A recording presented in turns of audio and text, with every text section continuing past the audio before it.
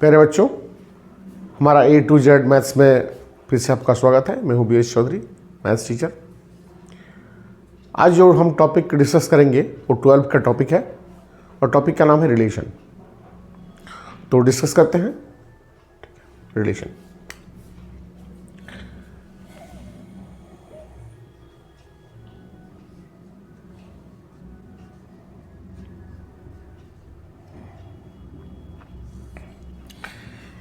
इसके पहले हमको जानकारी होना चाहिए कि Cartesian product of two sets क्या है। ठीक है, पहले जानकारी होना चाहिए। मान लीजिए ए सेट है 1, 2 और 5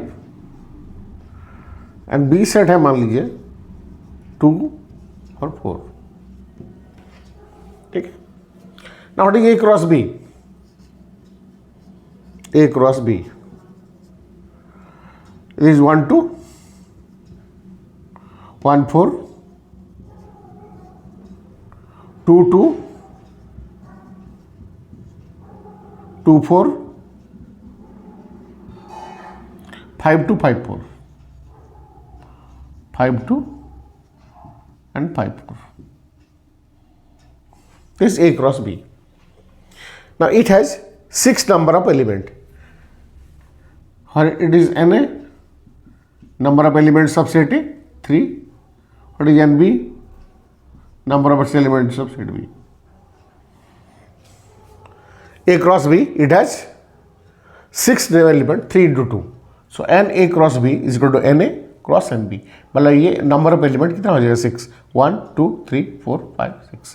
This is known as the ordered pair. No? Why it is ordered? Because first entry belongs to the first set A set and second entry belongs to the second set. अगर इसको हम arrow diagram बनाते हैं तो इस तरह से मिलता है arrow diagram. A this B 1, 2, 5, 2, 4, 1, 2, 1, 4, 2, 2, 2, 4, 5, 2 and 5, 4. This is the arrow diagram A cross B. Arrow diagram है ना? This is arrow diagram.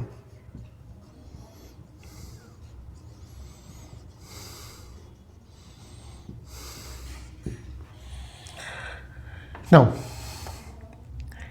any relation R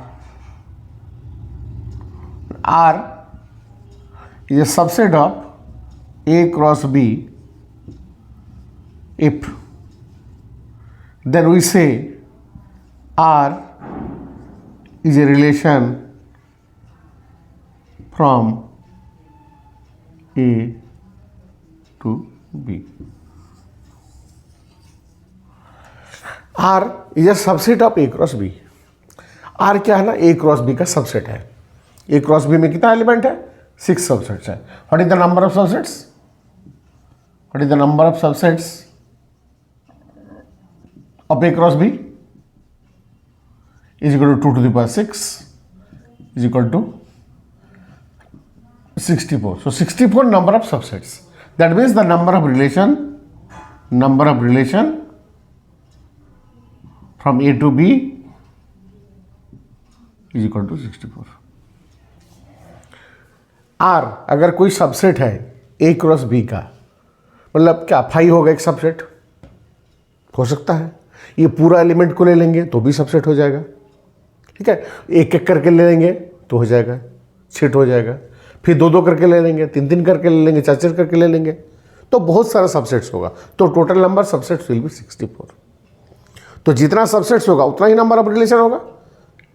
ठीक है, तो number of relation will be 2 to the power 6 64। तो अगर इसमें m element है, इसमें n एलिमेंट है, तो number of relation will be 2 to the power m into n। ये नंबर ऑफ रिलेशन। मैं कुछ रिलेशन लिख रहा हूं, ठीक है, मतलब कुछ सबसेट लिख रहा हूं। आर सेट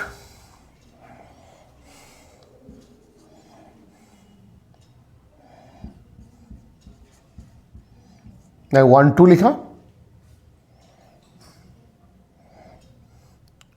5 2 लिखा।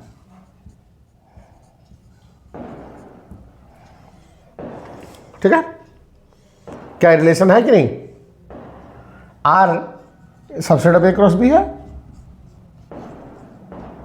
इसका मतलब आर ए से लेके बी तक रिलेशन है। अगर इसको हम एरो डायग्राम में दिखाते हैं तो हो जाएगा A set 1 2 5 and B set 2 4, 1 2 1 related to 2, 5 2 5 related to 2, 1 से 2 एसोसिएट है, रिलेटेड है, और 5 2 से रिलेटेड है। ठीक है, इसमें डोमेन ऑफ द रिलेशन क्या है? डोमेन ऑफ द रिलेशन,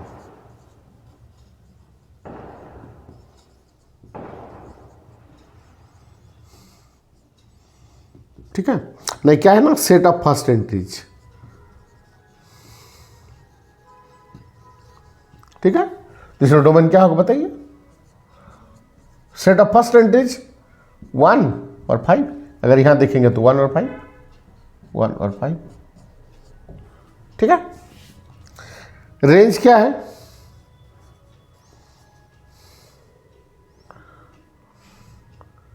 ठीक है, the set of second entries,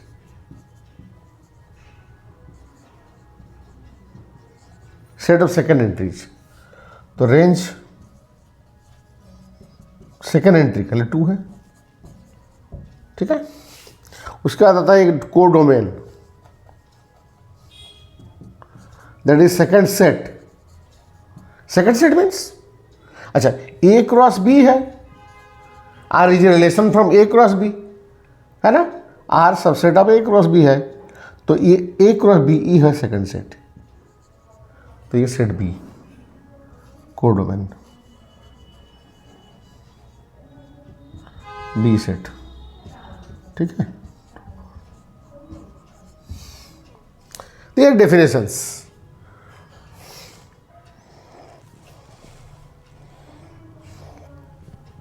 clear?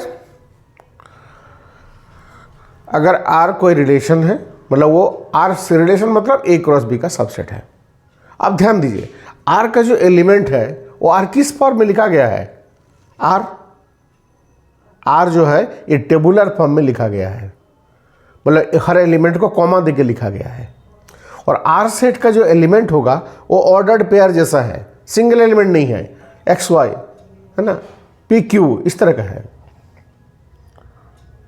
Clear? और ये जो आर लिखा गया है ये किस फॉर्म में है बताइए? हाँ, रोस्टर फॉर्म है या फिर टेबुलर फॉर्म में लिखा गया है। चलिए मैं, अच्छा ऐसा भी तो हो सकता है कि R is A subset of A cross A। What is A cross A here? 1 1 1 2 1 5 2 1 2 2 2 5 5 1 5 2 5 5 A cross A। इसका मतलब क्या है कि लेफ्ट साइड ए भी A है और राइट साइड भी A है। ये है 1 2 5 और ये भी है 1 2 5, तो इस तरह से आएगा।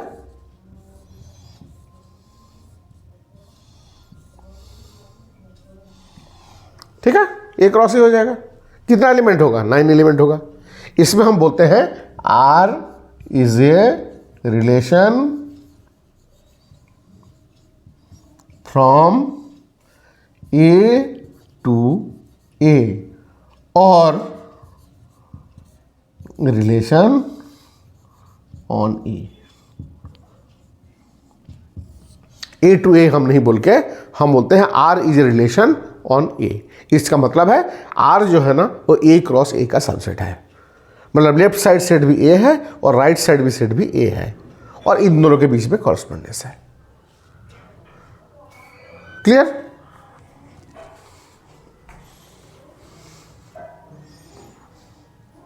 अब आते हैं नोटेशन पर।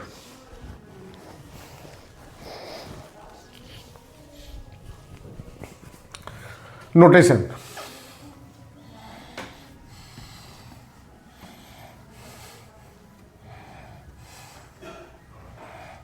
और कुछ एग्जाम्पल ले लेंगे और फिर नोटेशन पर जाएंगे।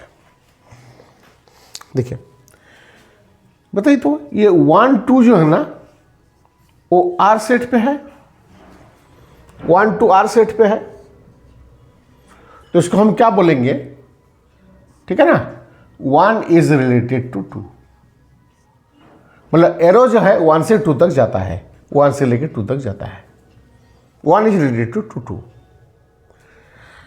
5 2 आर सेट में है, इसका मतलब है क्या ना, 5 इज रिलेटेड टू 2, मतलब एरो जो है ना वो 5 से लेकर 2 तक जाता है। क्लियर? ये सिंबल्स है, लिखने का सिंबॉलिक फॉर्म है। क्लियर? अब देखिए मैं आर लिखना चाहता हूं, एक आर, सेकंड वाला आर लिखना चाहता हूं। आर का एलिमेंट पहले बताया हूं मैं, इसका एलिमेंट जो है ऑर्डर पे जैसा है, तो R is equal to x y such that x is less than equal to y. मैंने ऐसा भी लिख दिया, ठीक है। ये किस फॉर्म में लिखा गया है आर को, आर को किस फॉर्म में लिखा गया है, ये सेट बिल्डर फॉर्म या रूल फॉर्म में लिखा गया, मतलब जिस रूल के हिसाब से हम सेट का एलिमेंट को कलेक्ट करेंगे उस रूल को लिखा गया है, ठीक है। तो बताइए इस आर सेट में हम किसको किसको लें, क्या था उसमें 1 2 5 था, 1 2 5 था और इसमें 2 4 था ना। बोलिए 1 2 लिखे कि नहीं लिखे, लिखेंगे। क्यों लिखेंगे, एक्स वाई लिखेंगे तभी जब एक्स वाई से छोटा हो, तो 1 2 से छोटा हो इसलिए लिखेंगे। 1 4 लिखेंगे कि नहीं लिखेंगे, लिखेंगे 1 4, ठीक है। 2 2 लिखेंगे कि नहीं, लिखेंगे क्योंकि इक्वल टू है, 2 2 भी लिखेंगे, ठीक है। 2 4 वो भी लिखेंगे, ठीक है। 5 2 नहीं लिखेंगे, 5 2 नहीं लिखेंगे, ठीक है, आर में नहीं होगा।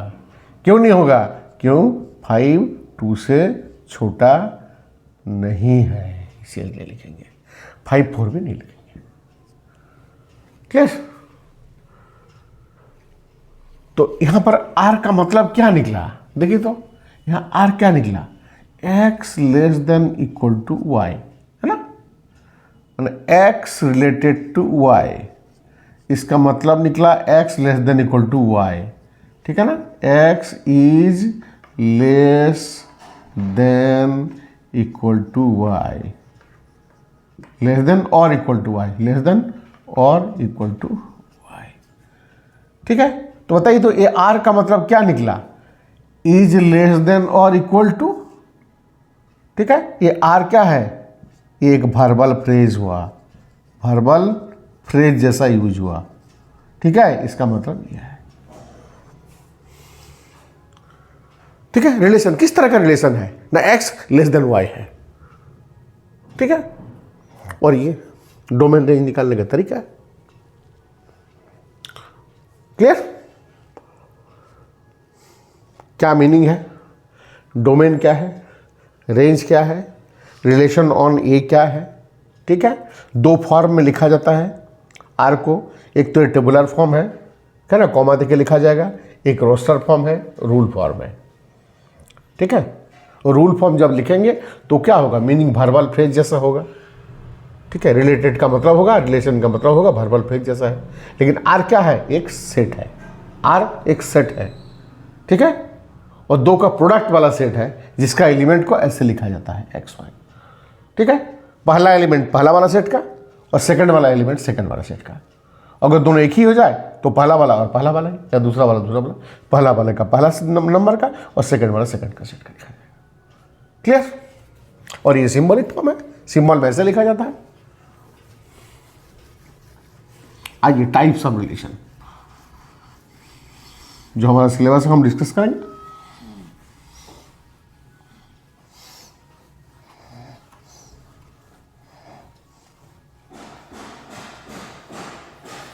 टाइप्स ऑफ रिलेशन,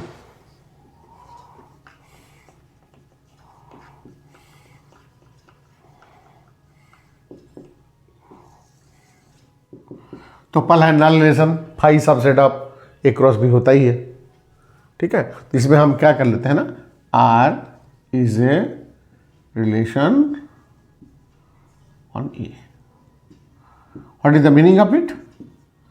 इसका मीनिंग है कि आर जो है ना वो ए क्रॉस ए का सबसेट है, ठीक है। और ए सेट हम ले लेते हैं 1 2 और 3 मान लेते हैं। इसका मतलब क्या है, ए सेट जो है ना वो 1 2 3 है, ठीक है। और इधर वाला भी 1 2 3 है, ठीक है। इसी पर डिस्कस करेंगे। R is a relation on A, ठीक है। मतलब आर जो है ना वो ए क्रॉस ए का सबसेट है। इसका मतलब लेफ्ट साइड सेट जो है वो ए है, और राइट साइड जो सेट है वो भी ए है, और ए से ले ए तक हम एरो दे देंगे। तो पहला phi subset of A cross B A होता ही है, ए क्रॉस ए किसी भी सबसेट है तो नल रिलेशन, यूनिवर्सल रिलेशन सबको ले लेंगे, ठीक है। तो पहला ये आइडेंटिटी रिलेशन, जरूरत नहीं पड़ता है फिर भी बता देते हैं इसको। Every element of A is related to itself only. Every element of A is related to itself. तो R सेट है 1 2 3, इसी में ये मतलब R A क्रॉस है, मतलब 1 1 1 2 1 3 2 1 2 2 2 3 3 1 3 2 3 3 के बीच में होना चाहिए, ठीक है। तो R सेट जो इसमें लिखा जाएगा, every element is related to itself only, मतलब हर एलिमेंट अपने से रिलेटेड होगा। इसका मतलब 1 रिलेटेड टू 1 होगा, 2 रिलेटेड टू 2 होगा, और 3 रिलेटेड टू 3 होगा। मतलब 1 1 2 2 और 3 3, तो 1 1 2 2 और 3 3, इतना ही होगा, ओनली है, और कोई एलिमेंट आर सेट में नहीं होगा। यह है आइडेंटिटी रिलेशन, ठीक है। आई ए से रिलेट करते हैं, मतलब 1 1 2 2 3 3 ये तीनों एलिमेंट रहेगा और कोई एलिमेंट नहीं रहेगा। Every element is related itself, मतलब ए का हर एलिमेंट अपने से रिलेटेड है। तो 1 1 से रिलेटेड है, इसका मतलब 1 1 आर सेट में है। 2 रिलेटेड टू 2 है, इसका मतलब 2 2 आर सेट में है। 3 रिलेटेड टू 3 है, मतलब 3 3 आर सेट में है, ठीक है। सेकंड रिफ्लेक्सिव,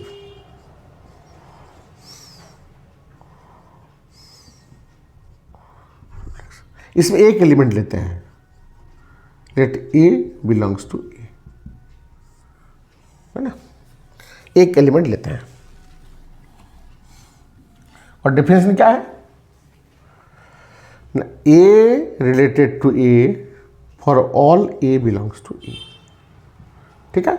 इसका मतलब है a belongs to R for all a belongs to A, ठीक है। या फिर every element is related to itself, बस। तो आर सेट क्या होना चाहिए, 1 1 2 2, मतलब अगर कोई A1 A में है तो 1 1 होना चाहिए, 2 है तो 2 2 होना चाहिए, 3 है तो 3 3 होना चाहिए। फिर डिफरेंस क्या है, यहां देखिए उतना होना चाहिए, मतलब 1 1 2 2 और 3 3 लिखना चाहिए। तो और भी कुछ ज़्यादा लिख सकते हैं, ज़्यादा 1 2, मान लो 1 2 लिख दे यहाँ पर 1 2, तो कोई फर्क नहीं पड़ता है। लेकिन यहाँ ओनली है, every element of is related to itself only, मतलब वो एलिमेंट हर एलिमेंट अपने से ही रिलेटेड है और कोई रिलेटेड नहीं है किसी के साथ। यहाँ पर क्या है ना, हर every element is related to itself, हर एलिमेंट अपने से रिलेटेड है, लेकिन बाकी के लिए कुछ नहीं बोला जा रहा कि 1 2 होगा नहीं होगा, लिख भी सकते हैं नहीं भी लिख सकते हैं। तो इस केस में क्या बोला जाएगा कि every identity relation is reflexive, but every reflexive relation is not identity relation. Clear? एक दो बढ़ा दीजिए, छोड़, खत्म हो गया, इतना ही है। ए आर सेट में होना चाहिए। तो अगर ए 1 है, ए सेट में है तो 1 1 होना चाहिए। 2 ए सेट में है तो 2 2 होना चाहिए। 3 ए सेट में है तो 3 3 होना चाहिए। हम एक्स्ट्रा एक लिख दिया, अगर इतना दूर तक छोड़ देते तो भी हो जाता, लेकिन ये डिस्टिंग्विश करने के लिए दोनों को इसको एक लिख दिया 1 2। अगर 1 2 लिखा भी जाएगा तो कोई फर्क नहीं पड़ने वाला है, क्योंकि हमको चेक करना है ये चीज 1 1 2 2 और 3 3 है या नहीं है। Any doubt? नो। नेक्स्ट है सिमेट्रिक रिलेशन। सिमेट्रिक रिलेशन, ठीक है भाई, इसमें 2 एलिमेंट लेते हैं। लेट ए और b belongs to a set. A set का एलिमेंट लेंगे हम। तो इसमें क्या है ना, a related to b implies b related to a for all ab belongs to a। ठीक है? या फिर ए बी आर में होगा तो बी ए भी आर में होगा। एक एग्जांपल लेते हैं इसी में।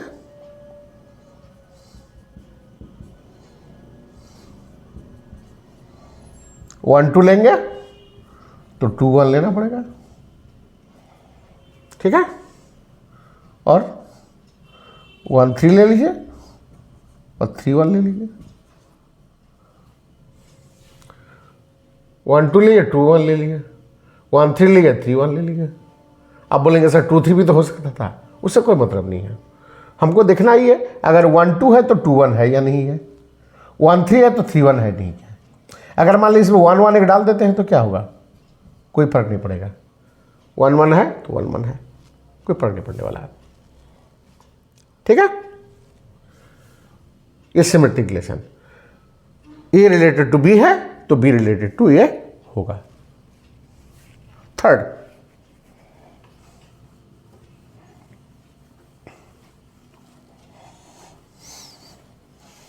तीसरा है ना, मतलब नेक्स्ट 4th नंबर, ट्रांजिटिव।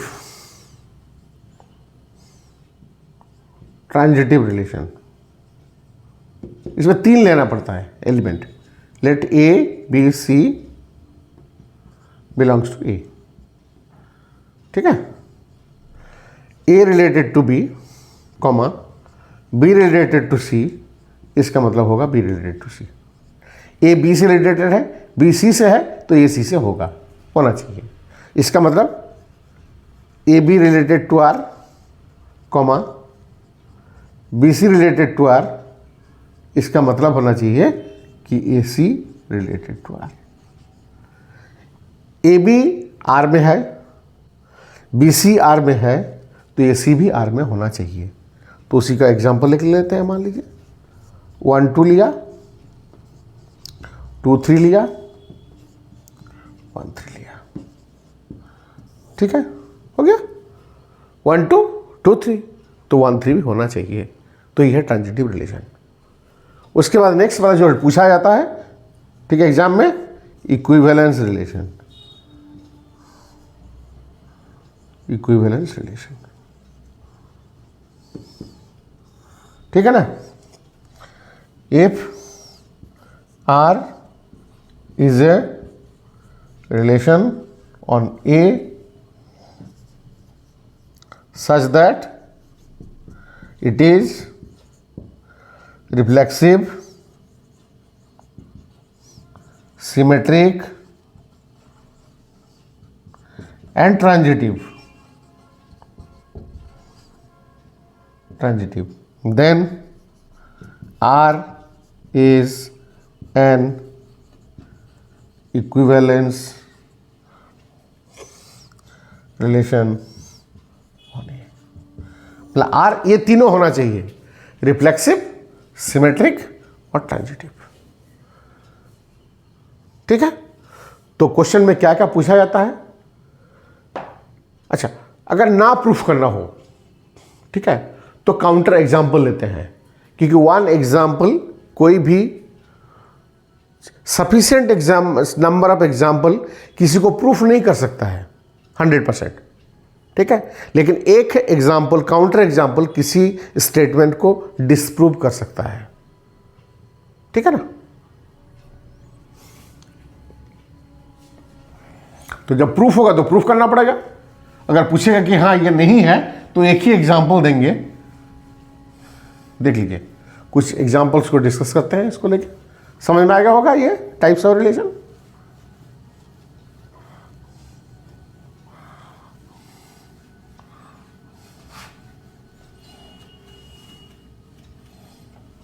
ठीक है, चलिए एक रिलेशन लेते हैं।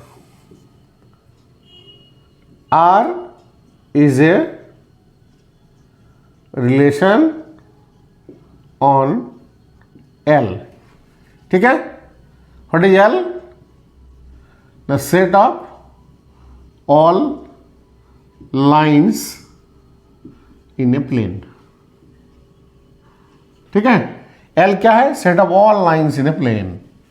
ये देखिए L1 है, L2 है, L3 है, L4 है, ये L5 है, ठीक है, L6 है, L7 है, इस तरह से L8 है ना, बहुत सारा है, बहुत सारा और भी मिलेगा आपको। तो इसका मतलब क्या निकलता है कि R is A subset of L cross L, मतलब लेफ्ट साइड भी L और राइट साइड भी L, इधर L1, L2, L3, L4 dot dot dot dot कैसे आएगा, L1, L2, L3 dot dot dot dot ऐसे करके पूरा आएगा। अच्छा, R क्या है? इज इक्वल टू L1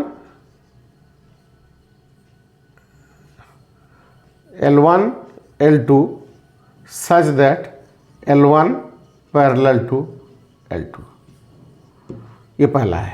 मान लीजिए R एक रिलेशन है L1 L2, ठीक है, मान L1 L2 को लिया जाएगा कब? जब L1 और L2 पैरेलल होगा। अब मेरा क्वेश्चन है, ये R सेट में क्या L1 L2 इस केस में होगा क्या? नहीं होगा। L1 L2 हम नहीं लेंगे R में, क्यों? क्योंकि L1 और पैरेलल टू L2 नहीं है, यहाँ पर नहीं है।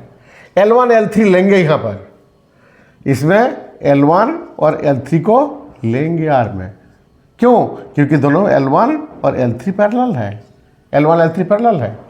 L1 L5 लेंगे, L3 L5 लेंगे, अच्छा L2 L6 लेंगे, L4 L7 लेंगे क्योंकि पैरेलल है। अच्छा, L7 L8 नहीं लेंगे क्योंकि पैरेलल नहीं है। क्लियर? अब हमको ये बताइए, ये जो रिलेशन है वो रिफ्लेक्सिव है या नहीं है? ये रिलेशन रिफ्लेक्सिव है या नहीं है? मान लो एक line L belongs to L है, एक ही भी लेना पड़ता है L, तो रिफ्लेक्सिव के लिए क्या होना चाहिए? L L R सेट में होना चाहिए। L L में L L R सेट में कब होगा? जब L पैरेलल टू L होगा। क्या L पैरेलल टू L है? कोई L L के पैरेलल है, L1 L1 के पैरेलल है, माना जाता है इसको, कोइंसिडेंट लाइन को भी, ठीक है। तो ये रिफ्लेक्सिव होगा। तो लिखना कैसे होता है? ना, since L parallel to L, that means L belongs to R, ठीक है, therefore L is related to L, therefore R is reflexive। बस यही तरीका है लिखने का, यही लिखना है तरीका। एक L है, एक लाइन लिया गया, क्या वो L L से रिलेटेड है? अब मेरा क्वेश्चन है कि L L से कब रिलेटेड होगा? जब L पैरेलल टू L होगा। क्या L पैरेलल टू L है? हाँ, तो L पैरेलल टू L है, तो लिखने का तरीका ही है, उल्टा तरफ से शुरू करते हैं कि since L parallel to L, therefore L belongs to R, ठीक है, therefore L is related to L, so R is reflexive. ठीक है ना। क्या सिमेट्रिक होगा? सिमेट्रिक देखिए तो दो लेना पड़ेगा। मान लीजिए L1 L2 L में है, दो लेने। अब L1 रिलेटेड टू L2, इसका मतलब है कि L1 पैरेलल टू L2, इसका मतलब है कि L2 पैरेलल टू L1, इसका मतलब है कि L2 is related to L1। चाहे ये लिखो चाहे L2 L1 belongs to R लिखो, एक ही बात है। आई समझ में बात? सिमेट्रिक दो लेना पड़ता है, L1 L2 L सेट में लीजिए क्योंकि R is relation on L। तो L1 रिलेटेड टू L2, इसका मतलब L1 L2 पैरेलल है, तो L2 L1 भी पैरेलल है, तो L2 रिलेटेड टू L1, तो प्रूफ हो गया। Third number transitive.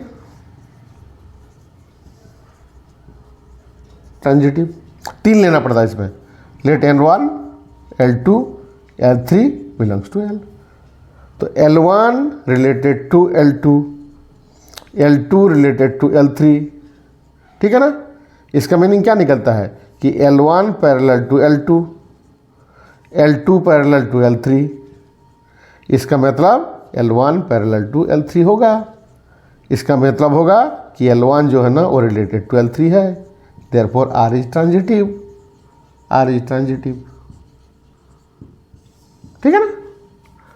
Therefore R is an equivalence relation, क्योंकि रिफ्लेक्सिव भी हो गया, ठीक है, सिमेट्रिक भी हुआ और ट्रांजिटिव भी हुआ। Therefore R is an equivalence relation, therefore R is an equivalence relation. इस तरह से प्रूफ लिखा जाता है, इस तरह से, कोई टेंशन नहीं है ना। लैंग्वेज है। अब आप बताइए, अगर मैं यहां परपेंडिकुलर कर देता तो क्या होता कि L1 related to L2, that means L1 is perpendicular to L2, ठीक।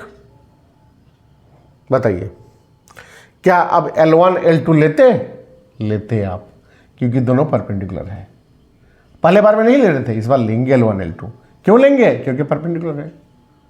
क्या L1 L3 लेंगे? नहीं लेंगे आप, क्योंकि परपेंडिकुलर नहीं है, ठीक है ना। इस तरह से L5 L6 लेंगे क्योंकि दोनों परपेंडिकुलर हो जाएगा। अब बताइए रिफ्लेक्सिव है या नहीं है? रिफ्लेक्सिव है या नहीं है?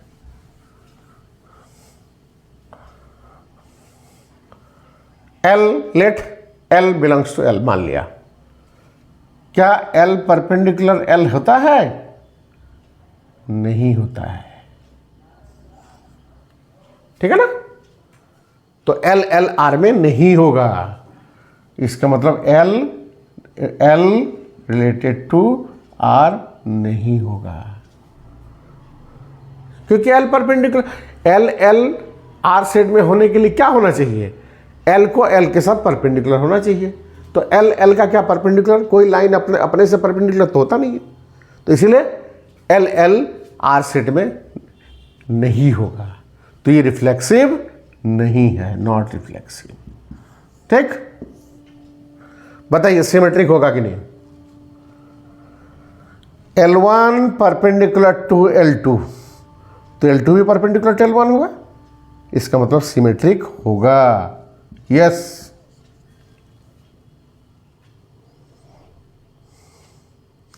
ट्रांजिटिव होगा कि नहीं?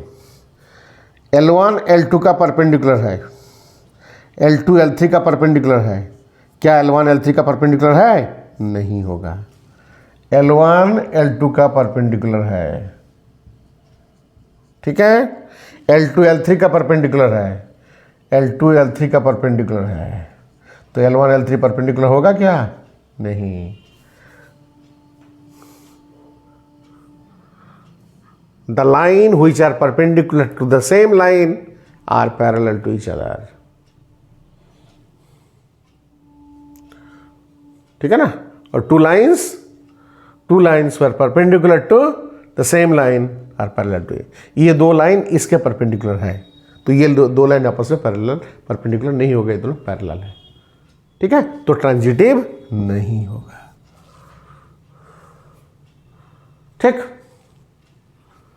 और एक एग्जांपल हम लेते हैं, उसके बाद अगले दिन मैथ बनाएंगे। इसका कुछ क्वेश्चंस वगैरह है जो कि बोर्ड वगैरह में पूछा जाता है, और एक वीडियो हम बनाएंगे जिसमें हम उसमें क्वेश्चन डिस्कस कर देंगे कैसे प्रूव किया जाता है ना। चलिए, और एक क्वेश्चन लीजिए, इसमें एग्जांपल दीजिए। ये वाला क्वेश्चन, मान लीजिए आर एक रिलेशन है, ठीक है, A B such that A less than equal to B square, ठीक है, और ए बी रियल नंबर पे है, A B belongs to real number. ठीक है, ये आर दूसरा है, ये आर दूसरा है, ये रिलेशन आर है, और ये real numbers set of real numbers है। ठीक है, बताइए कि सिमेट्रिक नहीं है, ठीक है, ट्रांजिटिव भी नहीं है और रिफ्लेक्सिव भी नहीं है। ठीक है, अब बताइए पहला, रिफ्लेक्सिव क्या के लिए क्या होना चाहिए? ए रिलेटेड टू ए होना चाहिए, इसका मतलब a less than equal to a square होना चाहिए, लेस देन इक्वल टू। क्या ये सही है रियल नंबर के लिए? टू स्क्वायर से छोटा, ये सही हो लग रहा है, लेकिन अगर फ्रैक्शन लेंगे तो उल्टा होगा। बताइए तो, क्या 1/2 का होल स्क्वायर से इसका वैल्यू है 1/2, इसका वैल्यू है 1/2, ये छोटा है क्या? छोटा नहीं है, छोटा नहीं है। ठीक है, लेट ए का वैल्यू हम लेते हैं 1/2, ठीक है, तो 1/2 not less than equal to 1/2 का होल स्क्वायर। ठीक है, मतलब ए स्क्वायर से छोटा नहीं है। रिफ्लेक्सिव के लिए क्या शो करना पड़ेगा? ये शो करना पड़ेगा, ठीक है ना, लेकिन हम दिखाना चाहते हैं उल्टा कि ए स्क्वायर से छोटा नहीं है। देखिए 1/2 1/4 से, सिंस 1/2 नॉट लेस देन 1/4, 1/2 1/4 से छोटा नहीं है, ये बड़ा है, ये छोटा है। ठीक है, तो a less than equal to a square जो है वो हर टाइम सही नहीं है रियल नंबर के लिए। तो दिस वन एग्जाम्पल और counter example, this disprove this statement that this is reflexive. ठीक है, हजारों में सही हो कोई मतलब नहीं है, लेकिन एक हमने एग्जाम्पल दिखा दिया कि सर ये तो ए स्क्वायर से छोटा होना चाहिए था, लेकिन इस केस में तो 1/2 लेंगे ए, तो ये तो ए स्क्वायर से छोटा नहीं होगा।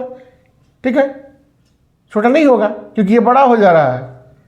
इसका मतलब ऐसा एग्जाम्पल अगर दे देते हैं तो हम डिस्प्रूव कर देंगे कि रिफ्लेक्सिव नहीं है। This is the counter example method. ठीक है, इस पर ढूंढना पड़ेगा आपको, थोड़ा सा वर्क कर लेंगे, कभी माइनस ले लेंगे, कभी बड़ा बड़ा ले लेंगे, ठीक है, आपके फ्रैक्शन ले लेंगे, नॉर्मली मत जाइएगा। नंबर 2, सिमेट्रिक होगा कि नहीं बताइए।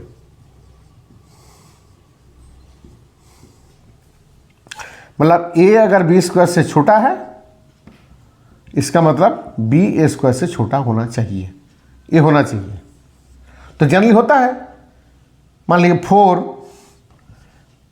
3 स्क्वायर से छोटा है, तो इसका मतलब 3 जो है ना वो 4 स्क्वायर से छोटा है ही। अगर ए का वैल्यू बी का वैल्यू 3 4 लिया जाता है, बी का वैल्यू 4 लिया, ए का वैल्यू 4 लिया गया, ए का वैल्यू मान लो 4 लिया गया और बी का वैल्यू 3 लिया गया, तो 4 3 स्क्वायर से छोटा है। ठीक है, इसमें 4 3 है ना, 4 3 आर में है, क्यों है? क्योंकि 4 3 स्क्वायर से छोटा है, इसीलिए। तो 3 4 भी आर में होगा क्या? 3 4 आर में है, क्यों है? 3 4 स्क्वायर से छोटा है। ठीक है, लेकिन हमको ढूंढना है नहीं होने वाला ढूंढना है। बोलिए 2 जो है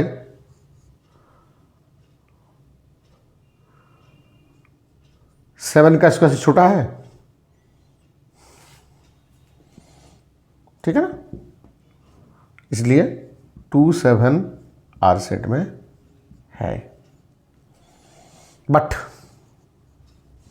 7 2 स्क्वायर से छोटा नहीं है, इसलिए 7 2 आर सेट में नहीं है, therefore R is not symmetric. सही है ना? 2 7 आर सेट में है, क्यों है? क्योंकि 2 7 स्क्वायर से छोटा है, 2 49 से छोटा है, इसीलिए है। लेकिन 7 2 आर सेट में नहीं है, क्यों नहीं है? क्योंकि 7 2 स्क्वायर से छोटा नहीं है, 7 4 से छोटा नहीं है। तो ये एग्जाम्पल दिखाता है कि हर कोई एलिमेंट, हर कोई नंबर, रियल नंबर के लिए ये जो सिमेट्रिक वाला जो फॉर्मूला है ये सही नहीं भी हो सकता है। तो एक सही नहीं होगा तो ये सिमेट्रिक नहीं होगा। तीसरा नंबर ट्रांजिटिव, होने वाला हमने दिखाया, लेकिन आपको दिखाना ये वाला। अब देखिए तो 1 जो है ना, 1 2 आर सेट में है, क्यों है ना? 1 2 स्क्वायर से छोटा है। अच्छा, 2 3 आर सेट में है, क्यों है ना? 2 3 स्क्वायर से छोटा है। ठीक, तो 1 3 भी आर सेट में है, क्यों है ना? 1 3 स्क्वायर से छोटा है। सही है, कोई प्रॉब्लम नहीं है इसमें, लेकिन हमको ढूंढना है कि नहीं होने वाला, मतलब पहला 2 होगा, तीसरा वाला नहीं होगा। 1 2 आर में है, क्यों है ना? 1 2 स्क्वायर से छोटा है। 2 3 आर में है, क्योंकि 2 3 स्क्वायर से छोटा है। अब 1 3 भी आर में होना चाहिए, हो जाएगा, क्यों? 1 3 स्क्वायर से छोटा है। अब ये ढूंढना है ये दोनों सही होगा और ये नहीं होगा। ठीक है,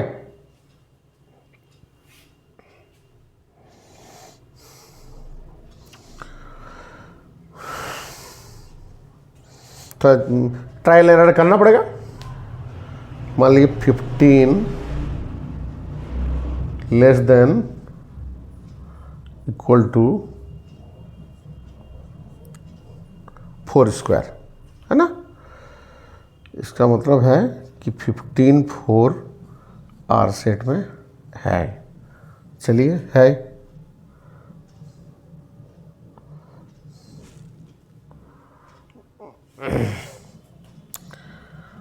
अब आइए कि 4 less than equal to 1 square,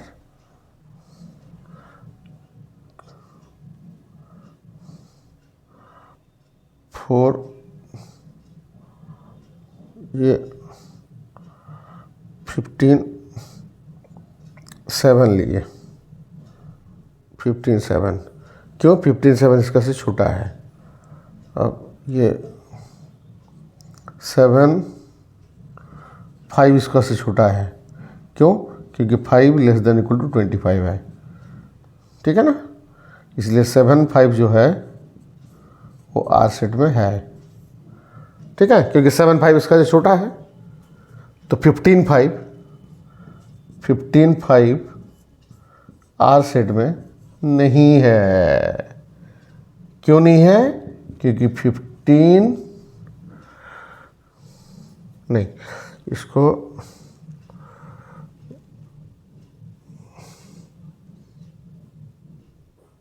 three लीजिए,